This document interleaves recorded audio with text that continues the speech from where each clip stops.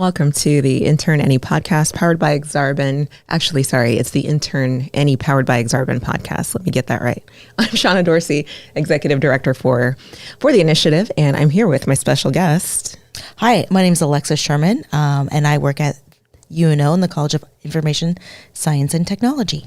Awesome. So thanks for being here today. So tell us about yourself, like how you got to this position and what exactly the position is and then how you got there. Sure. So I work as the Assistant Dean for Student Success.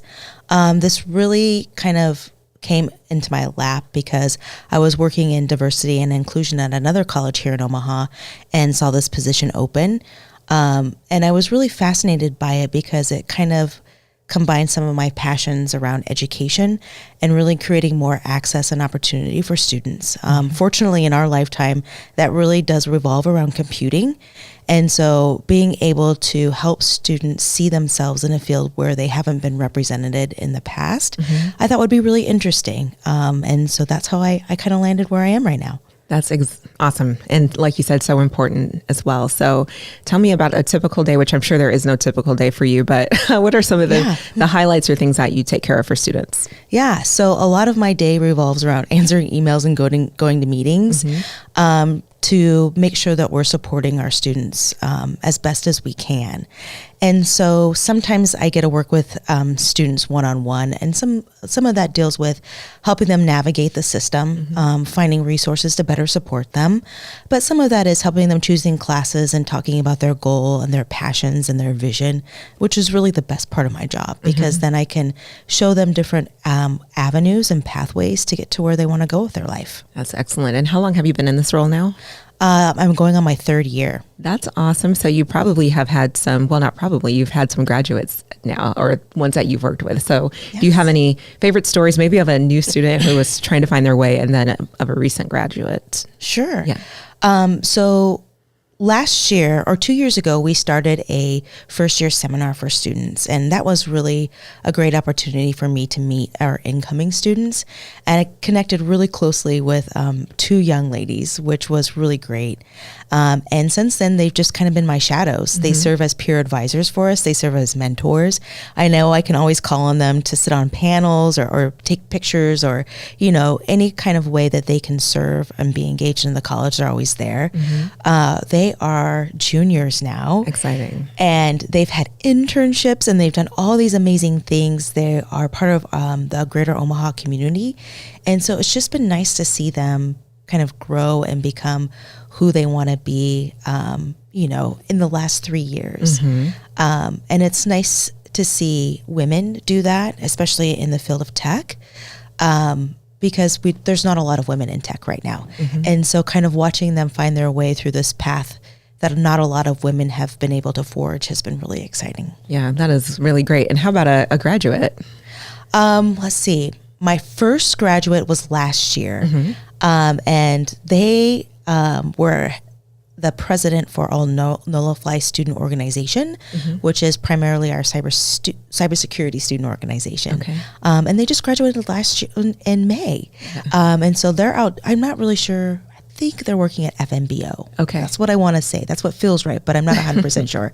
But kind of watching them grow and develop and helping with the student org and helping them really launch this amazing space for students to come and learn about the profession, network. And just kind of build community has been great. That's really awesome. And so when you work with companies, or let me just ask this question, like how can companies be more supportive of those early career college students? So thinking freshman, sophomore, like before they've had their first internship and they're not super confident yet in that space, but what are some thoughts that you have for companies or advice? I'm so glad that you asked about that because our dean started a new initiative called Learn and Earn. And through this initiative, students are able to see what career life is like in a variety of companies through our technology treks. And the technology treks are basically job site visits, and they're built into our first year seminar. So students have to do 3 of these in order to pass the class. And so they go to the company. They do a little bit of job shadowing. They learn about the culture. They get to see the space. Sometimes they give them lunch, which is really awesome. And so if companies are interested in kind of introducing students to what they do, this is a really great opportunity. It's essentially, you don't have to commit a lot of time or resources. It's usually a couple of hours during one day. There's a week that we like to try to schedule them all, so it helps with the class. But if you want to provide the students with lunch, if you want to give them swag, that's always an opportunity. But it can be very low commitment and an easy way to get students to see what you're doing. And so what is that 2 hour, or what can it look like? I know it's probably pretty flexible. Yeah, it is very flexible. Sometimes students will hear from a panel of professionals in the company. If the company has interns, it's always nice to hear from them.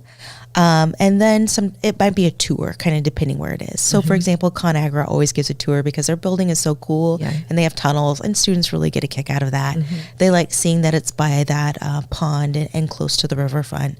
So those things are always helpful to engage students. ConAgra also has a cafeteria, so they take the students there and let them get stuff. So it's just little things like that that really does spark interest in a company.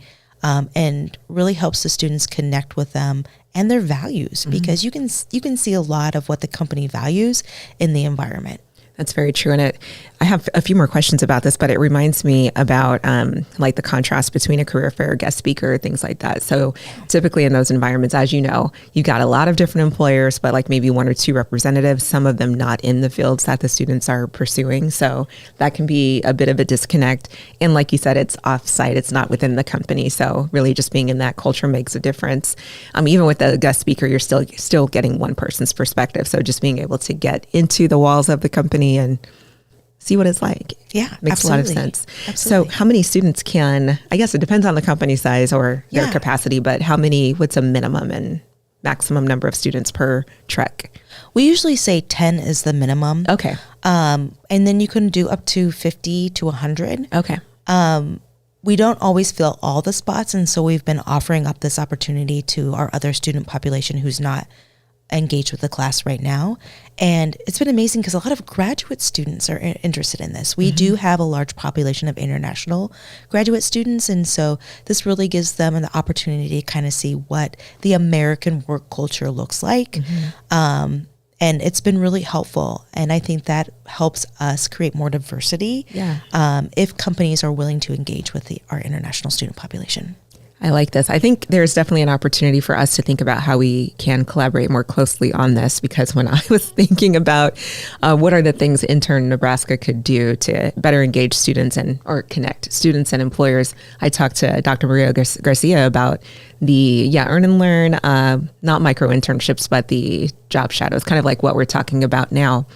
And I was just like, how do we figure that out? But maybe we don't have to. We can just collaborate with you, send partners your way, and just make sure that we're helping you build the program that you're trying to build to connect students. Absolutely. That'd be wonderful. Great. Yeah. So what's some advice you have let's start with the student population to be the best prepared they can, like just one piece of advice for the internship space, career fairs, things like that. And then on the flip side, for employers to be accommodating, welcoming, all of the things.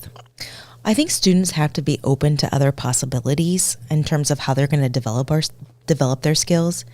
It seems like our student population is a little shy sometimes. And so when we have people come to help them with their professional development, they don't always engage with those opportunities.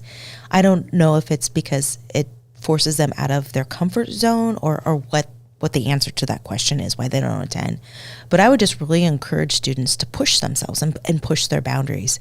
I'm really a big outdoor adventures type of person, and so I'm constantly trying to get students to say, hey, let's do this high ropes course so that you can push yourself. Try something totally out of your realm so that you learn, who you are as a person and that you can do it. It's almost like a resiliency test. Sure. And so just trying to encourage students to engage in those types of activities.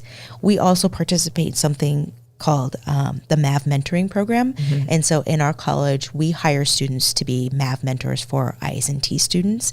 And every year we do self-defense class with a Krav Maga instructor. And they're always really hesitant, but in the end, they absolutely love it. And so I think it's just those little things where you kind of have to force yourself to do something that maybe you wouldn't have done previously to start seeing where you need to develop skills, and start building some self-confidence because you can do something that you've never done before. Definitely.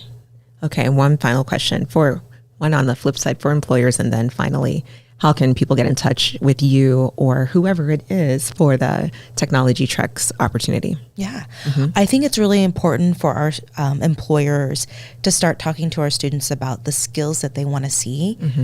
It feels like as a society, we're moving away from, I see you have a bachelor's degree, that's wonderful. And we're moving more in towards, I want to see these skills when you come and interview for us. I think the other piece is that we really have to start talking about our company values and what we value and how we engage with the community, because I see our students very interested in this. And so it kind of goes both ways. You know, you want the students to be interested in your company, and you want the students to show interest in your company.